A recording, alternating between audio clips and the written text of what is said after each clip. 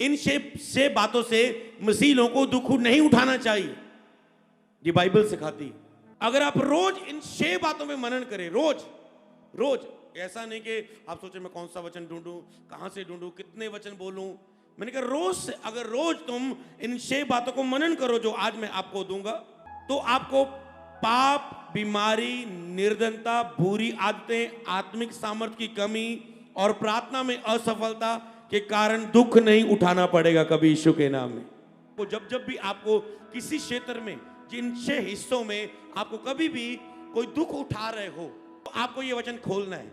तो ये वचन खोलना है और इन वचनों पर मनन करना है और आप उस दुख से बाहर आएंगे। अगर प्रभु का वचन सच्चा है और हाँ और आमीन में पूरा होता है, तो मेरा बिलीव है आप उससे बाहर आओगे ही आओगे।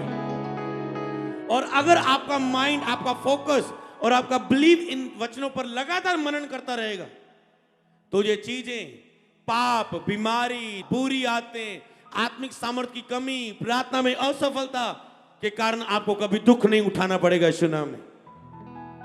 ये सबसे बड़े पॉइंट है जो तुझे उत्तम पाने से रोक रही हैं। उस शैतान की सारी योजनाएं नाश है यीशु नाम में। नाश है, नाश है, नाश है। इन जीसस नेम, इन जीसस नेम, इन जीसस नेम। तारीफ करो जोर से खुदा की, जोर से, जोर से।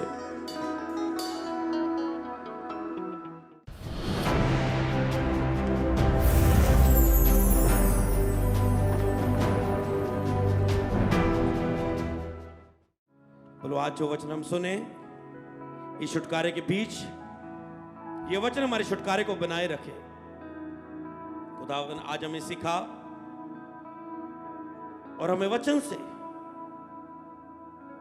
पर ताकि दोबारा वो बंधन मेरे जीवन में कार्य ना कर सके।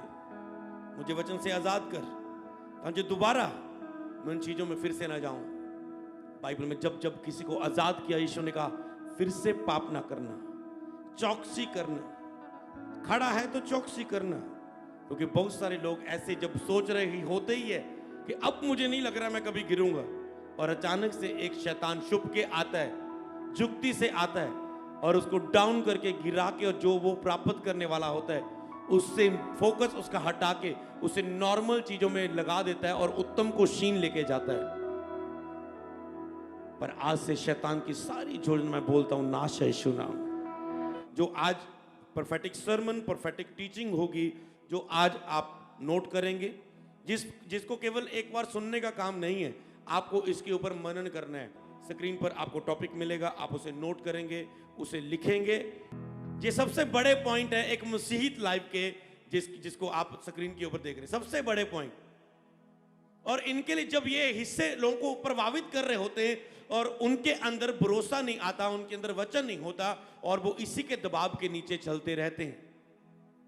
अगर इन 6 बातों को रोज मनन करोगे, तो कौन सी 6 बातें?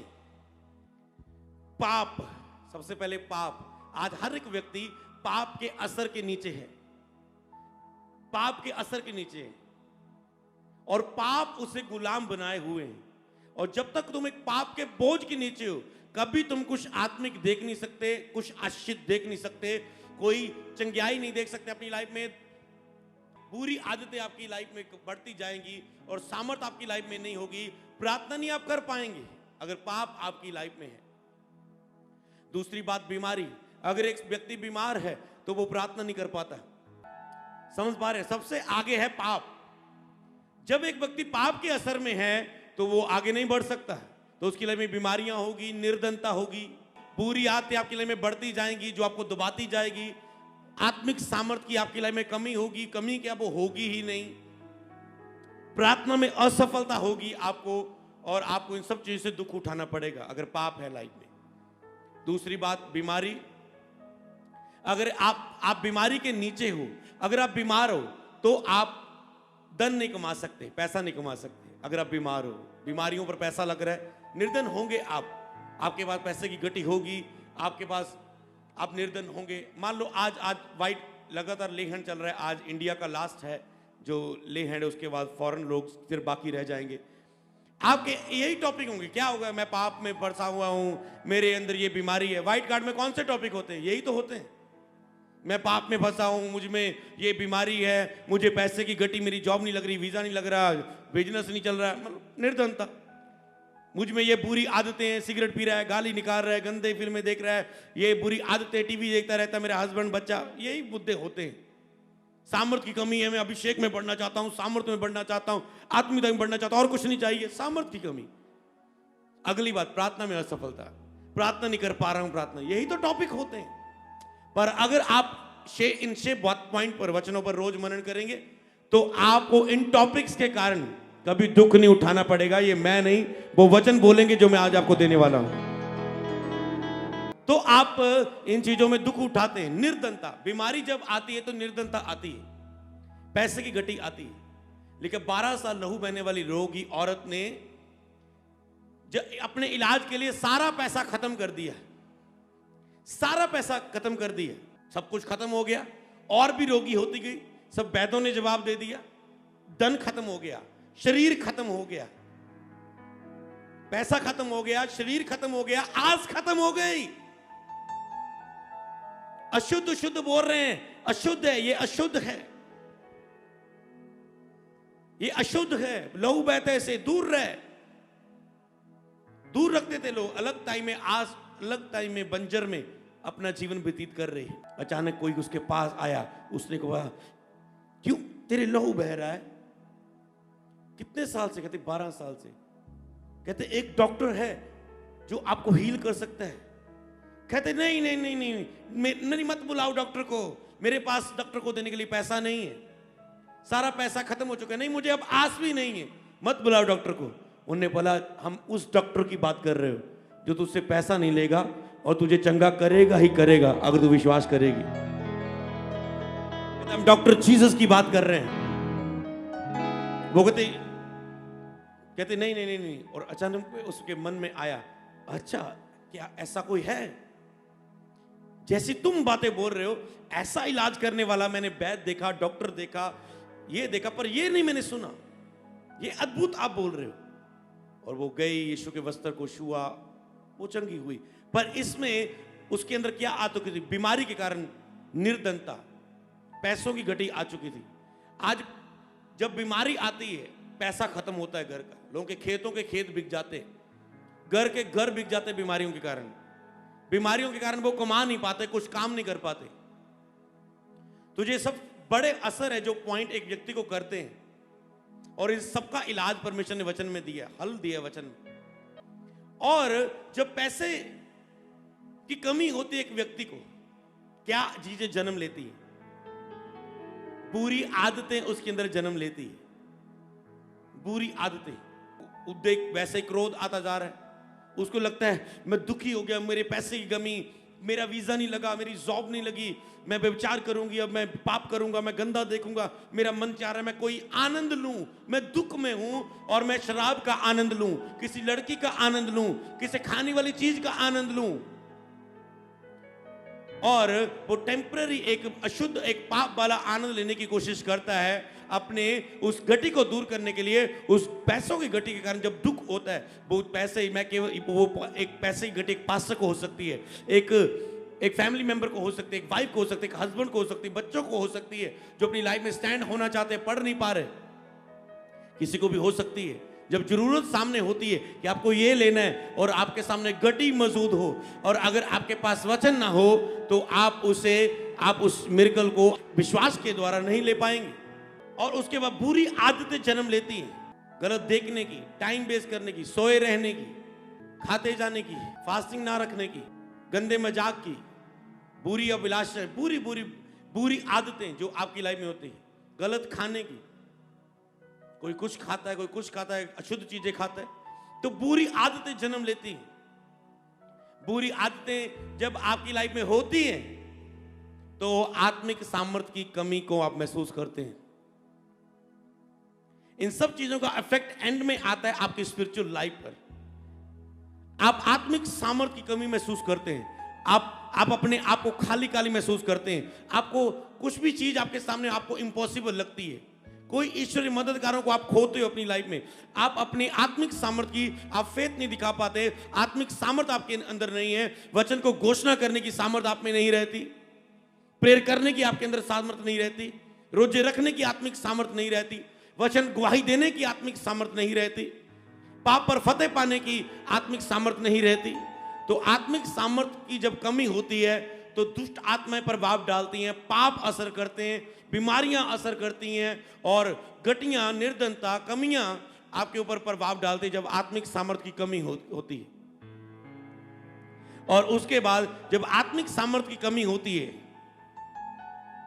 तो आपको उस समय आप संघर्ष कर रहे होते हैं, अपनी प्रार्थना में आप असफल हो रहे होते हैं और अपनी प्रार्थना में असफलता के कारण आपको पता मुझ में सामर्थ्य की कमी है, ऊपर से मैं प्रार्थना में असफल हो रहा हूं, ऊपर से आपको पता होता है कि मैं प्रार्थना में असफल हो रहा हूं। जैसे आज मैं आपको संदेश दे रहा हूं, ऐसे किसी ने बताया होगा उस लहू बहने वाली औरत को, एक्सप्लेन करके पूरा, और उसके विश्वास में जान आई होगी, उसकी आशा ने विश्वास का रूप लिया होगा और उस विश्वास से उसने यीशु के वस्त्र को छुआ।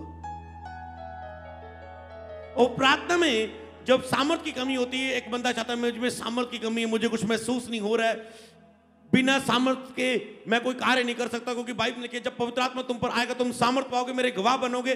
टेस्टमनी सामर्थ्य के बिना नहीं आएगी मेरी लाइफ में। और आप प्रार्थना में, आपको पता है प्रार्थना करूंगा तो सामर्थ्य आएगी, और प्रार्थना में असफलता के कारण आप दुख पा रहे होते हैं, प्रार्थना में असफलता के कारण दुख पा रहे होते हैं। तो इन 6 बातों को जो सबसे ज्यादा असर करती है एक मसीह व्यक्ति को, चाहे वो पास्टर है, चाहे वो बिलीवर है, चाहे वो बच्चा है, चाहे वो बूढ़ा है, तो जब ये चीजें असर करें, अब अगर मैं पीछे से पढ़ूं और ये आत्मा अभी मुझे इस लाइन बाद बोल, ये मेरा प्लान नहीं था, ऐसे मैं आपको सिखाऊंगा, ये आत्मा मुझे अभी सिखा रहा है। प्रार्थना में आप सफल होंगे, अगर प्रार्थना में सफल होंगे तो क्या आएगा आप में? आत्मिक सामर्थ्य होगी, आपके अंदर कमी नहीं होगी।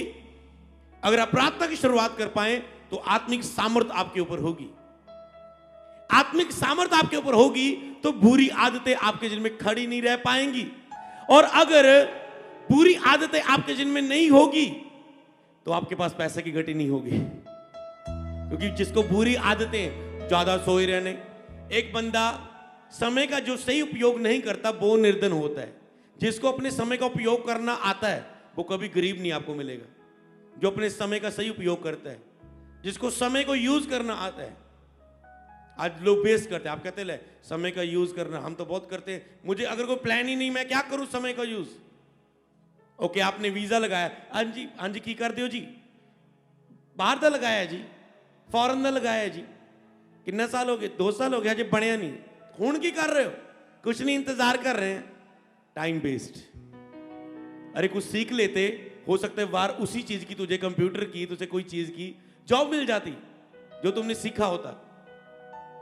समझ पा रहे हो? इसका मतलब उसने समय को वेस्ट किया। एक एग्जांपल, ऐसे बहुत सारे लोग समय की वेस्ट करते हैं। तो जब समय की वेस्ट करती तो पैसे की कमी आप एक व्यक्ति की लाइफ में आती है। जब कमियां उसकी लाइफ में होती, समय बेस्ड, टाइम बेस्ड, उत्तम चीजों को ध्यान देना, जो चीजें उत्तम नहीं है। शैतान भी आज पास्टरों को, लोगों को जो आज बढ़ना चाहते हैं, उनको उत्तम चीज से ध्यान हटा के जो उत्तम नहीं है उनके पीछे लगा देते हैं। एक व्यक्ति को लगता है मैं बहुतों को टाइम दूंगा तो मैं अमीर हो जाऊंगा, मैं ब्लेस हो जाऊंगा, पर वो प्रभु को टाइम नहीं दे पाता, और इसलिए मतलब उसका मन खुदा ने, शैतान ने उत्तम चीज से और हटा दिया कि प्रार्थना में जो उसे मिलना था। तो पैसों की कमी, निर्धनता, जब बुरी आदतें आती है तो निर्धनता आती है। तो जब निर्धनता होती है, पैसे की कमी होती है, एक व्यक्ति इलाज भी नहीं कर पा रहा, क्योंकि हर चीज ईश्वरी नहीं है।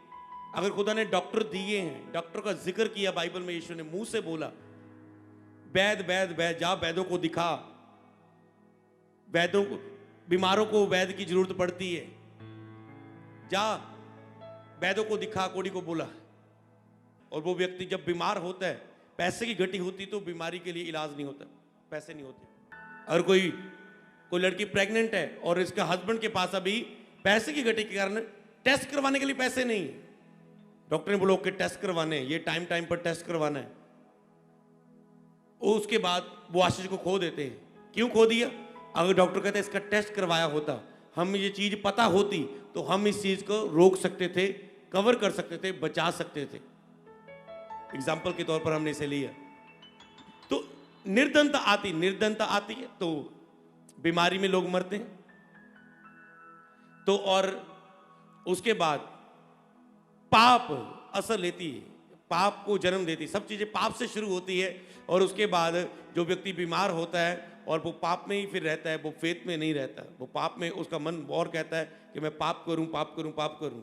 जा तो एक दुखी व्यक्ति बीमारी के कारण का बाबू चेलों के पास जाएगा अपने इलाज के लिए, जो कि परमेश्वर के खिलाफ एक पाप है। जा तक वो अपने दुख के कारण सच्चे जीवते परमेश्वर यीशु मसीह के पास आएगा और अपने आप को दीन करेगा और प्रभु उसके पापों को क्षमा करके उसे चंगा करेंगे। सब बोलो आमीन। तो ये रही उन मेन जो इफेक्ट करती है मसीह लाइफ को, चाहे वो कोई भी क्यों ना हो, इन बातों को। और अगर हमें पता ये चीज असर करती है तो इनके लिए हमारे पास वचन होना चाहिए। और ये वचन नहीं है, ये आपके ऊपर एक मेडिसिन है। जब ये अंदर जाएगी तो आपको हील करेगी इन सभी हिस्सों से यीशु के नाम में। हालेलुया। तो तैयार है वचन के लिए? निकालेंगे मत्ती उसका 26 अध्याय उसकी 26 आयत में से। तो हमें सबसे पहले, अगर एक व्यक्ति सबसे पहले जो है पाप के कारण जो व्यक्ति को दुख उठाता है, मैं आपको यह बताना चाहता हूं, इन 6 बातों से मसीह ने हमें दुख उठाने के लिए नहीं चुना है। बाइबल कहती है इन 6 बातों में तुझे दुख नहीं उठाना चाहिए, तुम नहीं उठाना चाहिए तुझे दुख, क्योंकि मैंने इन 6 बातों का हल दिया हुआ है वचन में। अगर तुम दुख उठा रहे हो तो ये कहता है तुम मेरे वचन से अनजान हो, तुम मेरे वचन पर भरोसा नहीं करते। तो आज अपना भरोसा लेके आए। जब ये वचन आपकी लाइफ में जाएगा, ये वचन आपको हील करता है। आज मैं टेस्टमनी पढ़ रहा था कि किसी ने इस और चर्च के वचन को सुना और उसके गिरे हुए जीवन को प्रभु ने उठा दिया और महिमा में बढ़ा दिया। क्या? किसने? वचन ने जान डाल दी मुर्दा जीवन में। जब कोई आस नहीं रही, मन टूट गए, तो वचन को सुना ऑनलाइन और जीवन उठ खड़ा हुआ। इसलिए जब वचन जाता है तो चमत्कार उत्पन्न करता है। तो आपको इन 6 बातों के कारण दुख नहीं उठाना है। सबसे पहले बाइबल कहते हैं तूने पाप के कारण दुख नहीं उठाना कभी भी। कि लिखा है हमें पाप के कारण दुख नहीं उठाना। पहली बात आपको लिखनी है, क्योंकि मसीह ने हमारे लिए दुख उठाया है। हमें पाप के कारण दुख नहीं उठाना, क्योंकि मसीह ने हमारे पाप के कारण दुख उठाया है। तो कई मसीहों का अंगीकार क्या रहता है? ये मेरे पापां दी सजा है, ये मेरी गलतियां दे कारण होया, ये मैं कीता ओदे कारण होया। मैं आपको बताऊं, कई बार आप ऐसा भी सोचते, ये मैं बोया सीगा इसलिए मैं कट्टिया, ਇਹਦਾ असर पाप आया मैनू। बोया सी तू कट्टिया इसलिए कट्टिया क्योंकि तू ਉਹਦੇ ਲਈ पश्चाताप नहीं सी कीता। अगर कर लेंदा तो बाइबल तो कहती आ, अगर रियल पश्चाताप, रियल रिपेंटेंस तू किता हुंदा, तूने किया होता रियल पश्चाताप, तो बाइबल कहती है पाप के कारण दुख तुम नहीं उठा सकते। समझ पा रहे हो? तो कभी भी ये अंगीकार ना करना, कभी ये सोचना ना कि पाप का तुझे दुख मिलेगा। पुराने में बाइबल ऐसे कहती थी बार बार, पाप सजा, पाप सजा, पाप सजा, पाप सजा, पाप सजा। नया नियम आया, उसने कहा पाप सजा तुम बोलते हो, तुझे वहां पर उनको असर होता था, उनके पास ये लहू नहीं था पश्चाताप वाला, कि एक पश्चाताप से उन्हें बहुत कुछ करना पड़ता था। बलि दो, ये करो, वो करो, बलि के लिए पैसा नहीं है, बहुत कुछ अरेंज करना पड़ता था, मतलब बहुत। और जो हवा जलन रखने वाला परमेश्वर, और फिर भी उन्हें नहीं लगता था कि हम बचेंगे, क्योंकि दया का वचन ही उनके अंदर नहीं था। प्रभु के प्रेम का, दया का वो वचन ही समझ नहीं पा रहे थे। दया को हम पता, दया को पता कैसे समझ पा रहे? पवित्र आत्मा के द्वारा। हमें पवित्र आत्मा दिया है जो उसकी दया को और क्षमा को हमारे अंदर समझाता है। हालेलुया। पवित्र आत्मा हमें दिया गया। तो उसके द्वारा, क्योंकि दुख उठाना, क्या लिखा है इस वचन में 26 में, जब वे खा रहे थे तो यीशु ने रोटी ली और आशीष मांगकर तोड़ी और चेलों को देकर कहा, लोग खाओ, ये मेरी देह है। फिर उसने कटोरा लेकर धन्यवाद किया और उन्हें देकर कहा, तुम सब इसमें से पियो। अब आता है 28 आयत, क्योंकि ये मेरे वाचा का वह लहू है जो बहुतों के पापों की क्षमा के निमित्त बहाया जाता है। यहां पर प्रभु क्या बोल रहे हैं, मैं क्योंकि से पढ़ूंगा उस लाइन के बाद जो हमने ली है, हमें पापों के कारण दुख नहीं उठाना, क्योंकि मसीह ने दुख उठाया है। बोलो, हमें पापों के कारण दुख नहीं उठाना, क्योंकि ये वाचा का वह लहू है जो मेरे पापों की क्षमा के लिए बहाया गया है और बहाया जाता है। बहाया जाता है, एक बार नहीं बहाया। जब जब तुम पाप करते हो और रियल पश्चाताप करते हो, तब तब ये तेरे लिए बोलता है लहू, तेरे लिए उत्तम बातें बोलता है, तेरी क्षमा के लिए बोलता है। मतलब उस पाप का असर तुम कभी एक्सेप्ट नहीं करोगे। समझ पा रहे हो? कौन एक्सेप्ट करता है? हाँ, होता है। बहुत सारे ऐसे वचन है, पाप की सजा मिलेगी, पाप की सजा मिलेगी, सजा मिलेगी, बुरा करोगे, ये होगा, वो होगा, वो होगा, वो होगा। पर कब होगा? अगर रियल रिपेंटेंस नहीं हुई, रियल पश्चाताप नहीं होया, और रियल पश्चाताप आसान नहीं होता। आपको क्या लगता है, आप गलती करेंगे, रात को गंदा देख के सोएंगे, गंदे काम करके सोएंगे, और सुबह उठ के प्रभु जी मैनू माफ कर दो, अपनी लहू ना तो 2-3-4 आंसू कड्ढण की कोशिश करोगे और कट भी दोगे। ये रियल पश्चाताप नहीं है। इस अभी भी असर उसका इसीलिए रहता है। समझ पा रहे हो? जब यीशु ने व्यभिचारिणी औरतों को क्षमा किया, उन्हें फ्री किया, उनमें से दुष्ट आत्मा गंदा काम करने वाली को निकाल दिया, उसके बाद दोबारा वो इफेक्ट उन पर नहीं डाल पाए। हालेलुया। क्यों? क्योंकि रियल उन्होंने, जब यीशु ने बोला उसके लिए, यीशु की सामर्थ, वो पवित्र आत्मा की सामर्थ उनको टच की, और वो धोए गए, साफ हुए, पश्चाताप किया, और आगे से खराई से चलने का वायदा किया उन्होंने। हालेलुया। तो इन सभी पॉइंट को आपको समझना है। नंबर 1 जो आप समझ पा रहे, सबसे पहला पॉइंट, इसलिए आपको पाप के कारण दुख नहीं उठाना। जब आप प्रभु बोझ लेते हैं और मनन करते हैं, तो ये आपको याद दिलाता है कि तुम अब पाप के कारण दुख नहीं उठाओगे। जब भी तुम प्रभु बोझ लेते हो, तो ये क्या करता है, पहले इसके पहले आया था, प्रभु बोझ की बात आई थी। जब भी तुम प्रभु बोझ लेते हो, आपको लिखना है इन बातों को, और मनन करते हो, और तो ये आपको याद दिलाता है।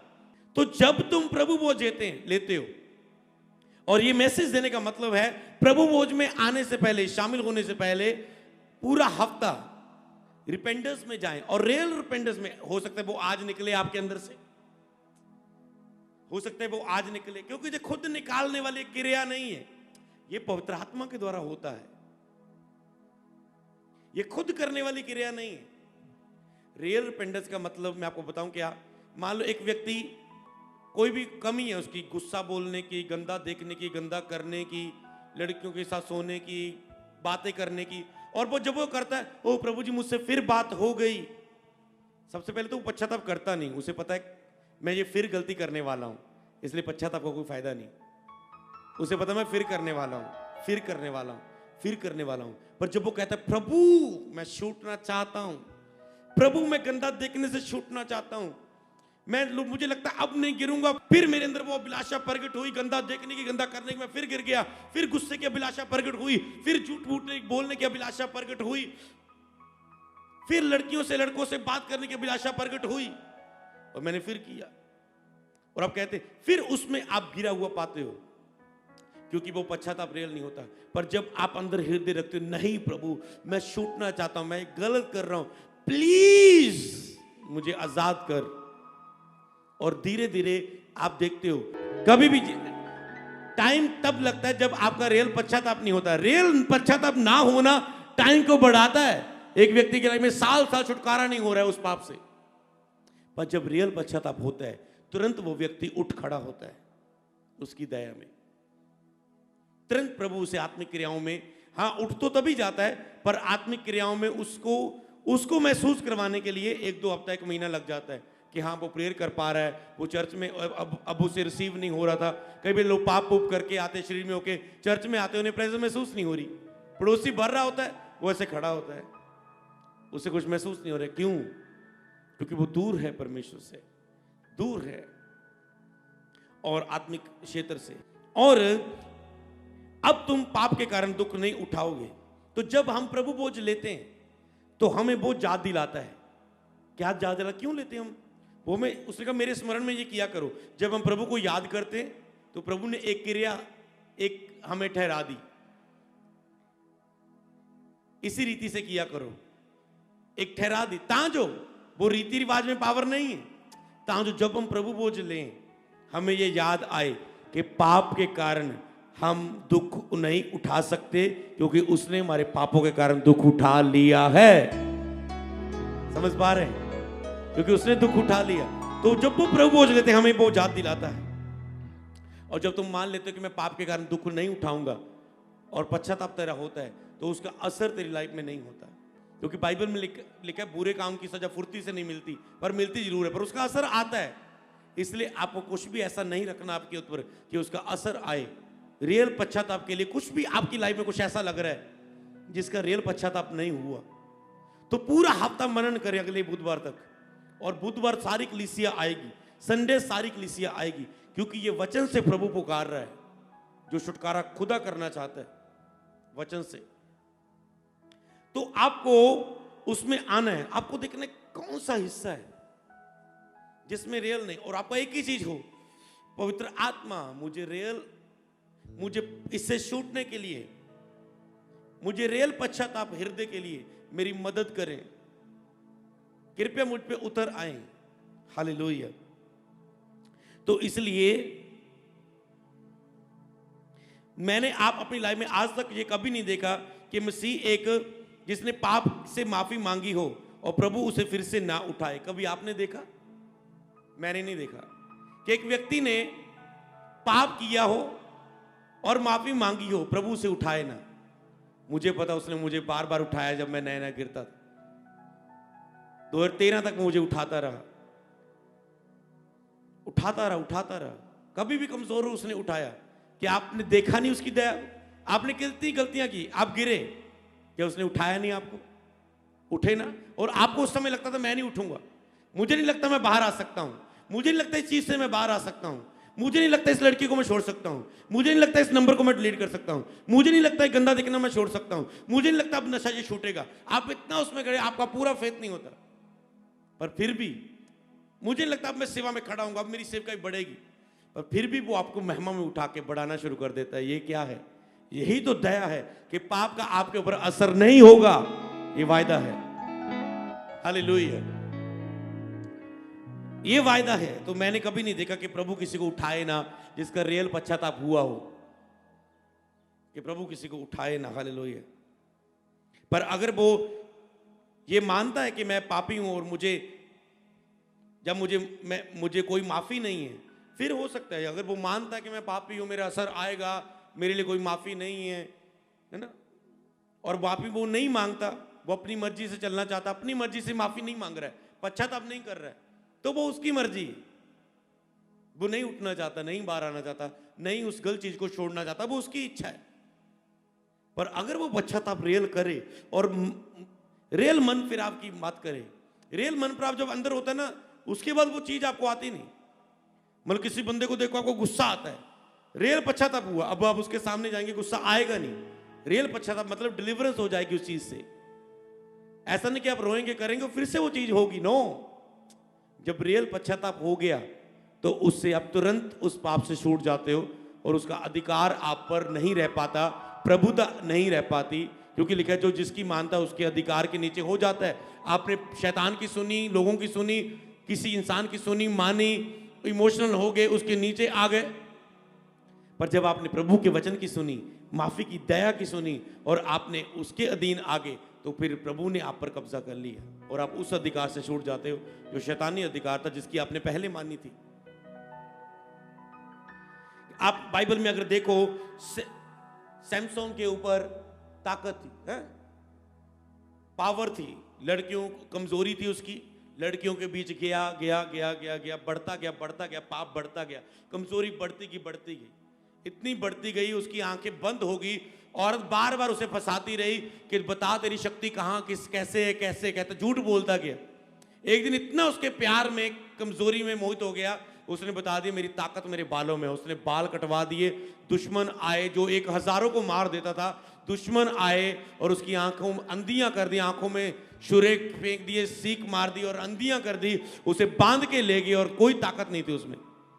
पर जब उसने उसको सुनी नहीं की बातें, उसको टच की, जब लोग आ रहे थे, ओ ये हवा को मानने वाला आज हमारे बस में है, आज बांधा हुआ है पिलरों के बीच में, सब जश्न मना रहे, हंस रहे हैं। जो उसके पास जाने से डरते थे, इधर पूरा चल रहा है, चिकन बिरयानी चल रही है, पूरी पार्टी चल रही है, वो बंधा हुआ है ऐसे सारों बीच में, आंखें निकाली हुई, क्योंकि उसके ऊपर ताकत नहीं रही।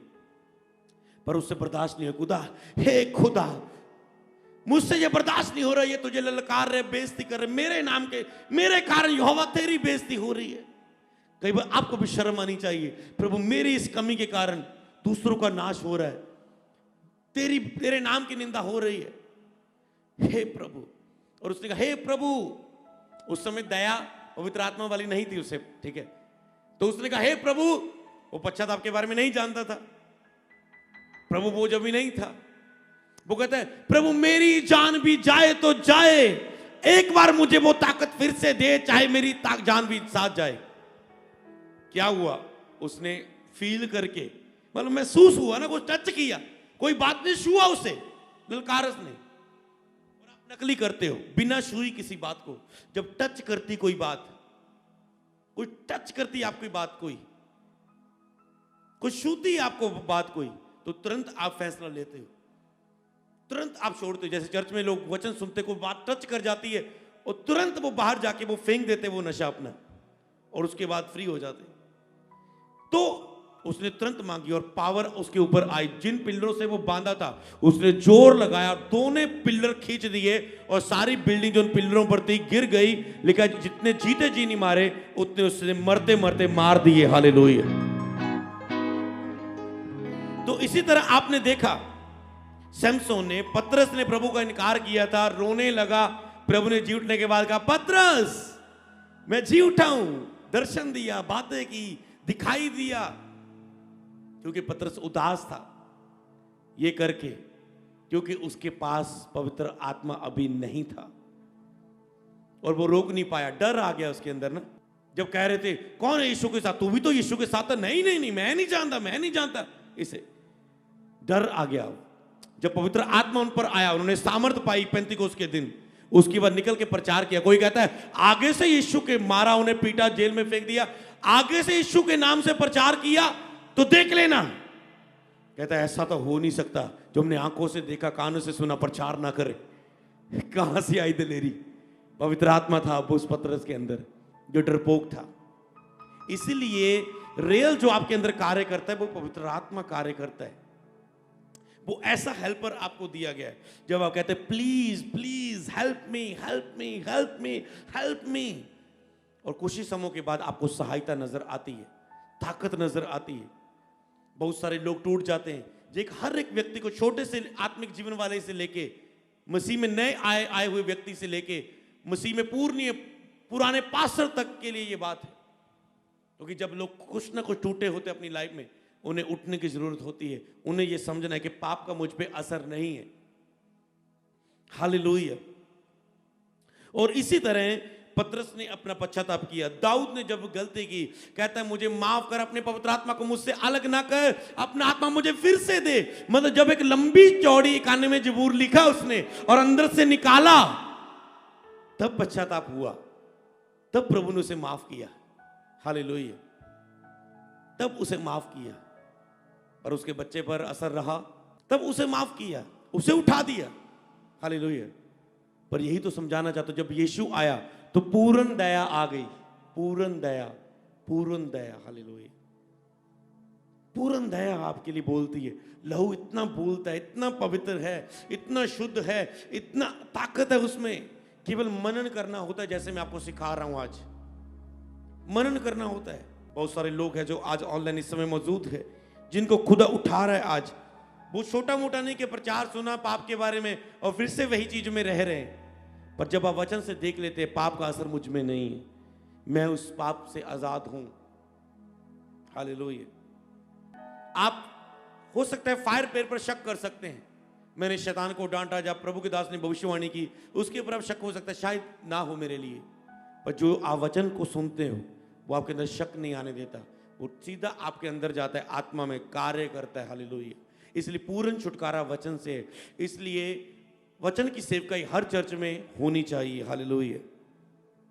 पतरस, दाऊद ने पश्चाताप किया, जोनान प्रभु की आज्ञा से फिर के चला गया, मछली के पेट में गया, पश्चाताप करवाया खुदा ने उससे, फिर से उठाया, फिर वहीं भेजा।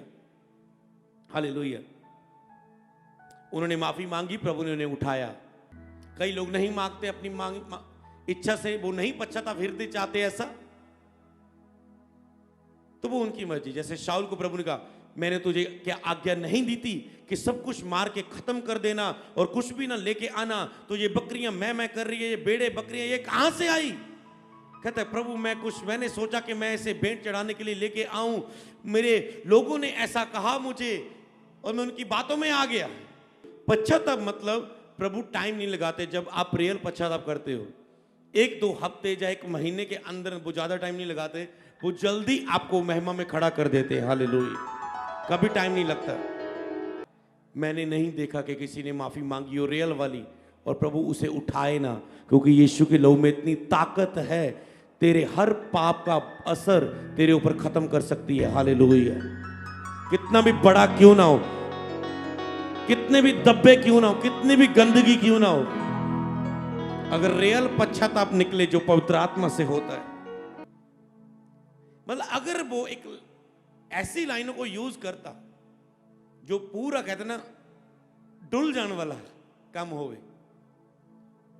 पूरा गिर जाने वाला बात हो, क्योंकि कई लोगों को पिता की हृदय का नहीं पता, पिता की हृदय का नहीं पता। आज कुछ लोग होते गलतियां करते हैं, आप चर्च में आपकी टीम के लोग बहुत गलतियां करते होंगे, पर उनको ये सीक्रेट नहीं है। अगर गलती की है, तुझे डांटा है, ऐसा पश्चाताप कर, चल सीधा पैरों में गिर जा, मतलब वो झुकने वाला पैरों में नहीं, प्रभु के पैरों में जा, मतलब पूरा मतलब डेल दे और ऐसी बातों से पश्चाताप से जा। मैंने कहा पास्टर माफ करेगा ही करेगा, उसे रखेगा दोबारा ड्यूटी में, टीम में, उसके कार्य में, पर लोगों के पास ये हृदय नहीं। क्यों? क्योंकि ये चाहने से नहीं, पवित्र आत्मा से होता है। अगर चाहने से हो तो वो अपनी प्लेस में वापस आने के लिए पश्चाताप कर सकते हैं। हालेलुया। ये चाहने से नहीं होता, ये पवित्र आत्मा से होता है, पवित्र आत्मा के द्वारा होता है। हालेलुया। ऐसे बहुत सारे रिश्ते लोगों के होते हैं, हस्बैंड वाइफ के बीच में लड़ाई होती है, उनको पता है अगर बात करें तो सब कुछ हो जाएगा, पर हिम्मत नहीं पड़ती सब गुस्से गिले को दूर करने की। पर जब वो पवित्र आत्मा से होता है उनका इनकाउंटर, तो उनके अंदर ये हियाब आता है कि वो आपस में जाके प्रेम की बात शुरू करें और अपनी बातों का हल करें। हालेलुया। जब संसार में लोगों के पास ऐसी माफी नहीं है जो दया हमारे यीशु के पास है। लोगों के लिए माफी नहीं, आपको पता है, जो लोग गलतियां करते हैं उनके लिए माफी नहीं, उनका असर आता है, वो पाप का असर श्राप बन के लोगों पर आता है। लोगों के लिए माफी नहीं, आपको पता है।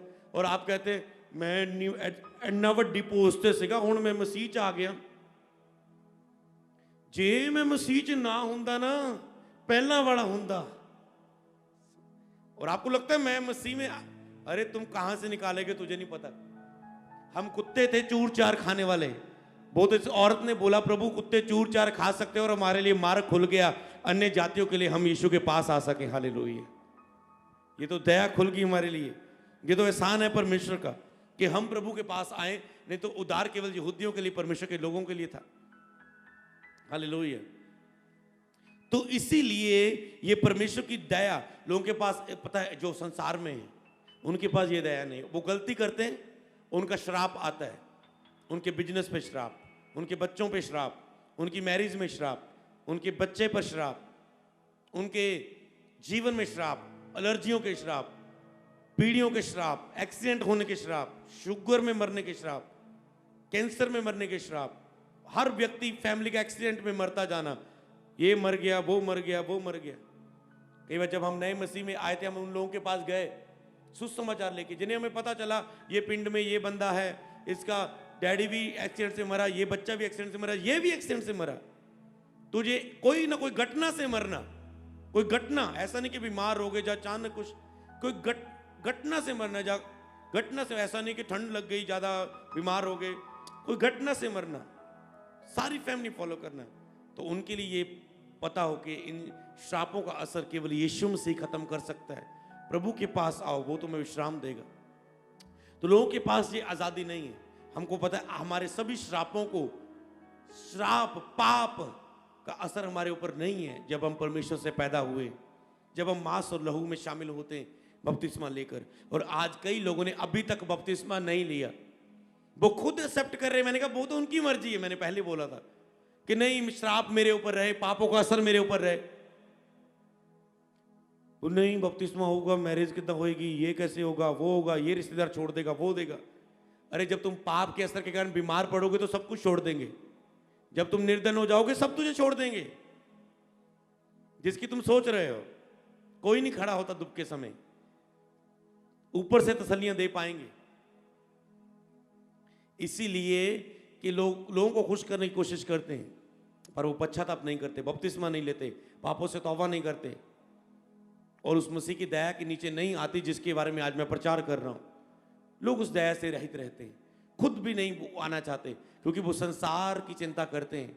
सबसे बड़ा रोग क्या कहेंगे लोग, संसार की चिंता, लेकिन वचन को चुरा लेती है जो बोया जाता है।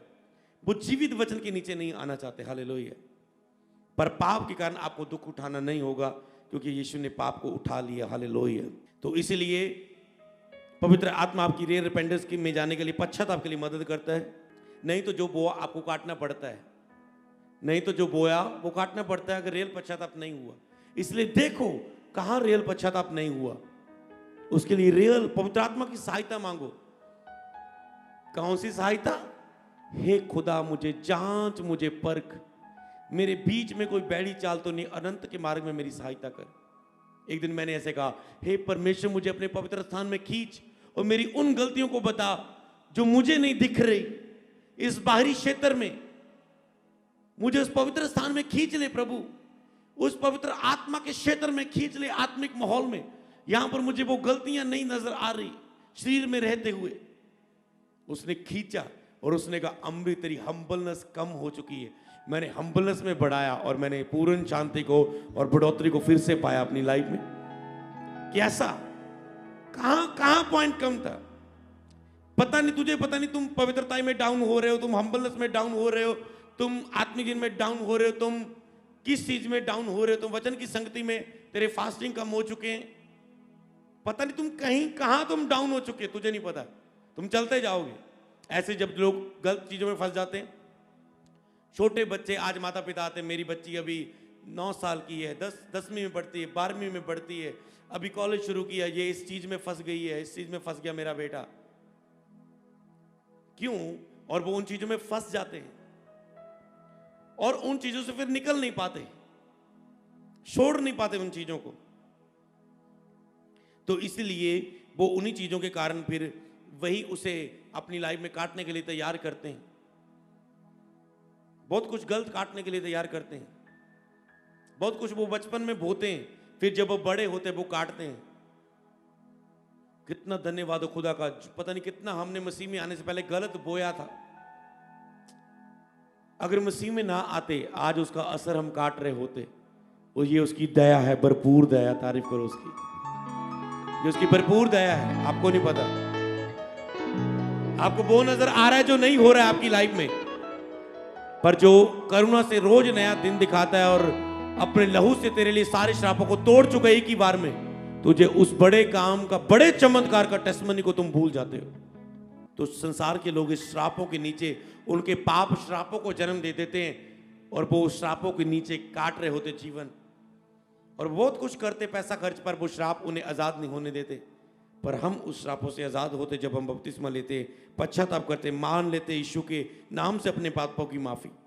तो जब तक फैसले वाली रिपेंडेंस नहीं होती, कौन सी रियल रिपेंडेंस होती? रियल पश्चाताप। उसमें रियल पश्चाताप में ये नहीं कहते प्रभु मुझे माफ कर दे, दो होने के बाद आप सीरियसनेस शो करते हो, मैं आज से नहीं करूंगा। सीरियसनेस मैं बताता हूं आपको कौन रियल पश्चाताप में कैसे होता है।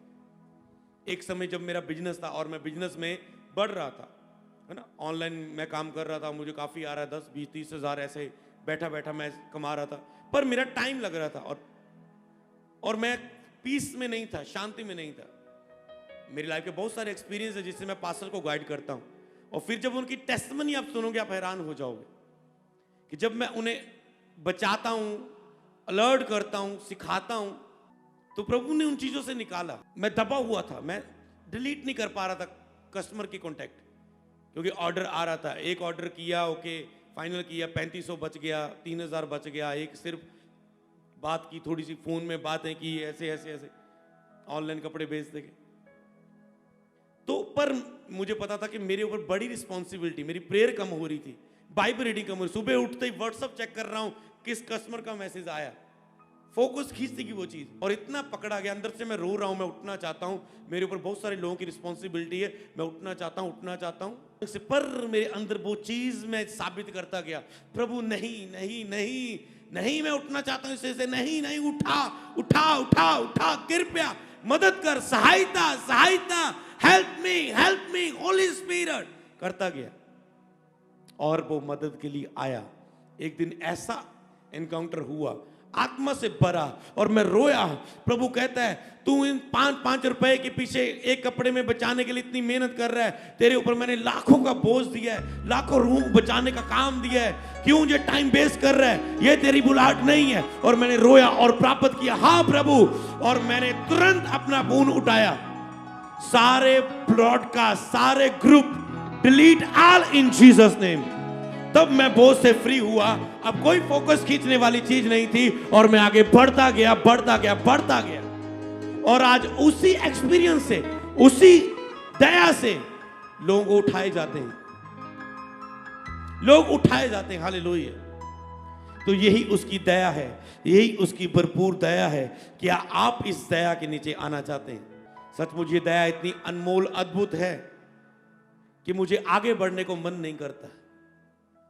आगे के पॉइंट फिर हम बात करेंगे।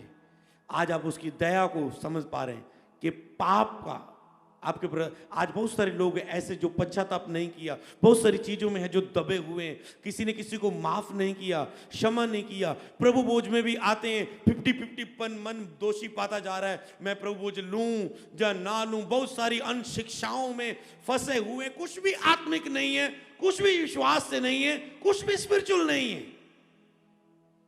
मैं आपको बताऊं, अगर आज ही वो पश्चाताप हुआ, आज ही वो बोझ तेरे कंधों पर से उठा ले जाएगा।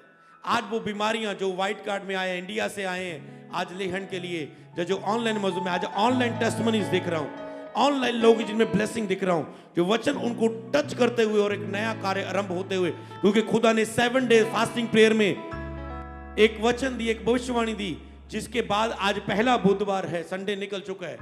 खुदा ने बोला मैं तेरे बीच में एक नया काम आरंभ करने जा रहा हूं, कुछ नया तुझ में उत्पन्न करने जा रहा हूं, कुछ नया तुझ में पैदा करने जा रहा हूं, उपजाने जा रहा हूं, कुछ नया कार्य है जो तेरे द्वारा करवाने जा रहा हूं। अगर तुम चाहते हो वो जो उपवास प्रार्थना में खुदा ने हमें वचन दिया वो तेरे ऊपर पूरा हो, तो कहां रिपेंटेंस रियल नहीं है, कहां पर फैसला नहीं है, कहां पर पश्चाताप नहीं है।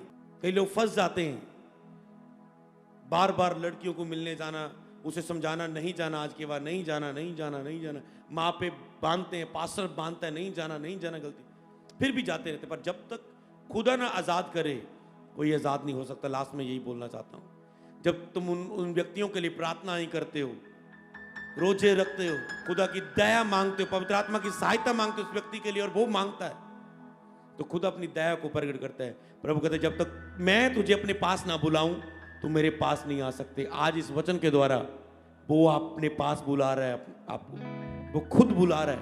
आज से आप नया हृदय, एक वो कार्य को आरंभ होता हो देखेंगे अपने जीवन में यीशु के नाम में।